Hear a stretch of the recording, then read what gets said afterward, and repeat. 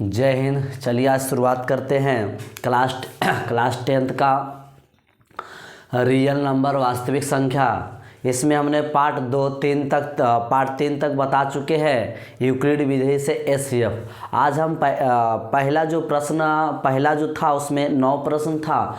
9वां प्रश्न हमने HCF Euclid विधि से निकाल चुके थे। आज हम दूसरा नंबर प्रश्न करते हैं एक्सरसाइज 1.1 का। तो ये दूसरा नंबर प्रश्न देखिए क्या कहता है दर्शाए कि प्रत्येक धनात्मक सब पूर्णांक 2q के रूप में और तथा प्रत्येक विषम पूर्णांक 2q+1 के रूप में होता है, जहाँ q एक पूर्णांक है। यानी प्रश्न कहने का मतलब है कि आपको इस बात को सिद्ध कर देना है कि यहाँ पर जो 2q लिखा हुआ वह एक सम पूर्णांक होना चाहिए और यहाँ पर 2q+1 लिखा हुआ वह एक विषम पूर्णांक होना चाहिए। इस बात को सिद्ध करना है, ठीक है। तो चलिएगा हम और क्या यहाँ पर एक शब्द दे दिया जहाँ q एक क्या है पूर्णांक संख्या। पूर्णांक संख्या क्या कहते हैं, माइनस ले लीजिए या प्लस लीजिए, उसे हम पूर्णांक संख्या कहते हैं। तो हम q का मान एक पूर्णांक संख्या मानते हैं और उसके बाद यहाँ पर रखेंगे 2q में, तो इसको सम संख्या आना चाहिए और 2q+1 लेके चलेंगे तो विषम संख्या आना चाहिए, ठीक है। तो इस बात को ध्यान देते हैं। चलिएगा हल करते हैं। सबसे पहले हल करते हैं। देखिएगा दर्शाए कि प्रत्येक धनात्मक पूर्णांक 2q के रूप में और विषम पूर्णांक 2q+1 के रूप में, जहाँ q एक पूर्णांक है। तो यहाँ पर आप मान लीजिएगा, आप माना कि q बराबर 1 2 3 4 5 ... मान सकते हैं। q एक पूर्णांक संख्या है, q का मान हम कुछ भी मान सकते हैं। तो 1 2 3 4 5 तक मान चुके, अनंत तक होता है। हम ज़्यादा से ज़्यादा 2 या 3 स्टेप में चेक करेंगे। अगर 2 या 3 स्टेप में सम विषम मिल रहा है तो बाद बाकी भी मिलेगा, कह देना सत्य हो जाएगा, ठीक है। चलिएगा तो यहाँ पर देखिएगा लिखते हैं कि चरण, आपको चरण से चलेंगे। चरण पहला ले चलेंगे कि जब q बराबर 1 लेते, q का मान 1 लेते, उसके बाद इसको बोलाइएगा। तो यहाँ पर लिखा हुआ है 2q, तो यानी 2 का मान q का मान 1 रखेंगे तो ये आपका आया 2 आया। ये आपको कौन संख्या मिला, सम संख्या मिला, ठीक है। क्योंकि सम संख्या के बारे में बोल भी रहा था और सम संख्या मिला भी। और यही q का मान इसमें रखेंगे तो इसको विषम संख्या आना चाहिए, तो बात सही होगा।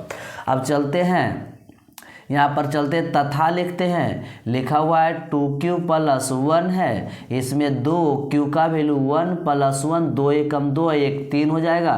यह क्या आ रहा है, विषम संख्या आ रहा है। यह क्या आ रहा है, तो देखिएगा q का मान 1 लिए तो 2q में रखने पर सम आ रहा है, और ये q का मान 1 रखे 2q+1 में रखने पर विषम संख्या आ रहा है। यानी कहने इसके लिए सत्य है, पहला चरण ठीक आया।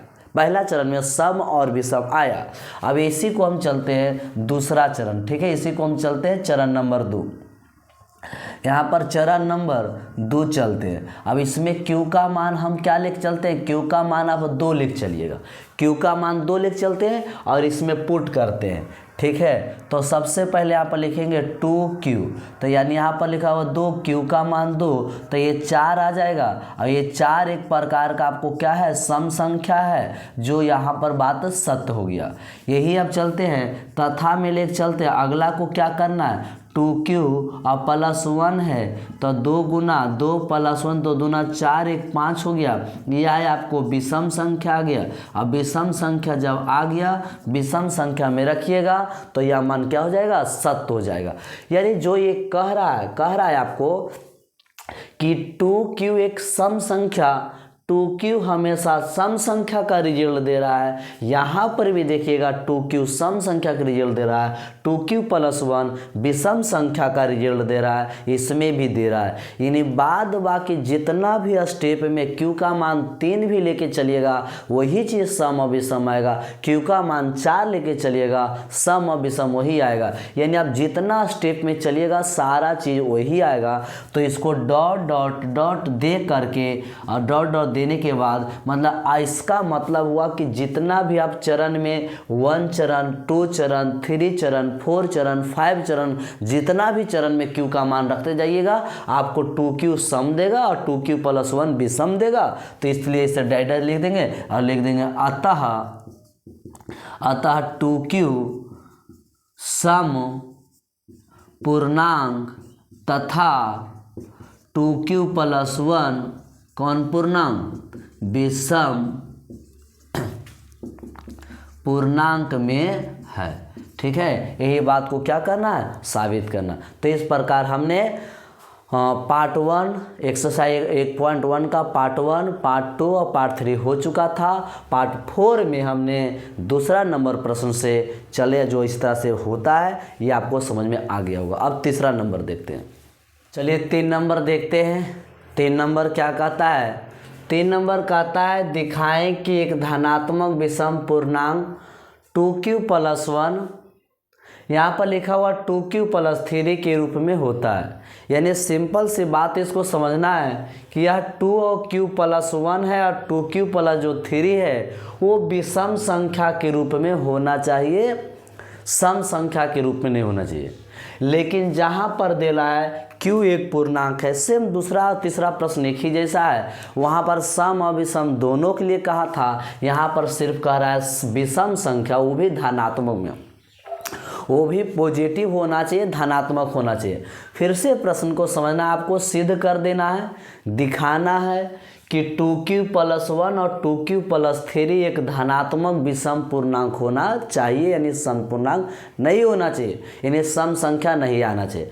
लेकिन जहाँ Q का क्या कहता है, Q जहाँ पर यहाँ पर लिख रहा है कहता है Q एक पूर्णांक है। अब यहाँ से हम Q का मान 1 ले लेंगे और उसमें रखेंगे Q का मान कुछ भी ले लेंगे, क्योंकि Q एक पूर्णांक है तो Q का मान वहाँ पर रखेंगे, सिर्फ का सिर्फ विषम संख्या आना चाहिए। तब इस बात से प्रूफ हो जाएगा कि हाँ वाकई में ये विषम संख्या है। तो चलिएगा सबसे पहले हल कर लेते हैं। यहाँ पर लिखते मान लेते हैं, माना कि Q = 1 2 3 डॉट डॉट इस तरह से बनाते रहिएगा। ठीक है, बस 2 से 3 चरण चेक कर लो, अगर बात सही है तो आप सत कर दीजिएगा। तो चलते हैं, यहाँ पर लिखते हैं चरण 1। चरण 1 में Q का मान हम 1 लेते हैं, उसके बाद आपको इसको बुलाते हैं, लिखा हुआ है 2Q + 1 2, Q का मान 1 + 1 2 एकम 2 1 3 आ गया, और 3 एक विषम संख्या, ये आपको पता है। चलिएगा पहला स्टेप में तो सही आया, या इसी को चेक करना है या उसको भी चेक करना है। लिखा हुआ है 2Q + 3 तो 2, Q का मान 1 + 3, तो इसको आप रखिएगा, 2 एकम 2 और 3 कितना हो गया, 5 हो गया। ये भी आपको क्या है, विषम संख्या, ये भी आपको क्या है, विषम संख्या है। ठीक है, अब विषम संख्या तो दोनों देखो, Q का मान 1 रखें तो ये भी विषम संख्या और ये भी विषम संख्या। चरण नंबर 2 चलते हैं। अब चरण नंबर हम 2 चलते हैं, Q = 1 2 लेते, 1 तो हो गया, अब 2 लिख चलते हैं। फिर यहाँ से आपको बुलाते लिखते हैं 2Q + 1 तो 2, Q का मान 2 + 1 2 दूना 4 1 5, जो विषम संख्या है। ठीक है, कैसा है, विषम संख्या। चलिए, या इसी को एक और चेक करना, 2 चीज़ को शुद्ध करना है। 2Q + 3 है, 2Q का मान 2 + 2 दूना 4 और 3 कितना हो गया, 7 हो गया। और ये 7 क्या है, विषम संख्या, क्या है, विषम संख्या। और ये विषम संख्या, ये भी विषम संख्या। यहाँ पर भी चरण 1 में भी चेक किए तो ये भी विषम संख्या, ये भी विषम संख्या। यानी कहने का मतलब है आप Q का मान 3 भी लीजिएगा तब पर विषम संख्या, Q का मान 4 लीजिएगा तब पर विषम संख्या। तो यह प्रक्रिया आप निरंतर करिएगा, फिर भी विषम संख्या ही ये दोनों रिजल्ट देगा। ये दोनों जो रिजल्ट देगा वो विषम संख्या ही देगा। कि कोई भी संख्या तुम रख लो Q का मान 1 2 3 4 5 6 7 कुछ भी रख लो, ये विषम संख्या का ही रिजल्ट देगा। ठीक है, तो इस तरह से हम लोग यहाँ पर क्या लिख देंगे, डॉट डॉट लिखेंगे। इसका मतलब हुआ कि आगे भी हमने बनाएंगे तो विषम संख्या का ही रिजल्ट होगा, इसीलिए यहाँ पर लिख देते हैं। तो यहाँ पर लिखें अतः 2Q + 1 या 2q+3 एक क्या हो जाएगा, विषम धनात्मक पूर्णांक है। एक क्या है, विषम धनात्मक पूर्णांक है। ठीक है, तो इस प्रकार हमने 2 नंबर और 3 नंबर दोनों प्रश्न एक ही जैसा था, कुछ थोड़ा सा अंतर हो गया। अब उम्मीद है कि दोनों प्रश्न आपको समझ में आ गया होगा। ठीक है।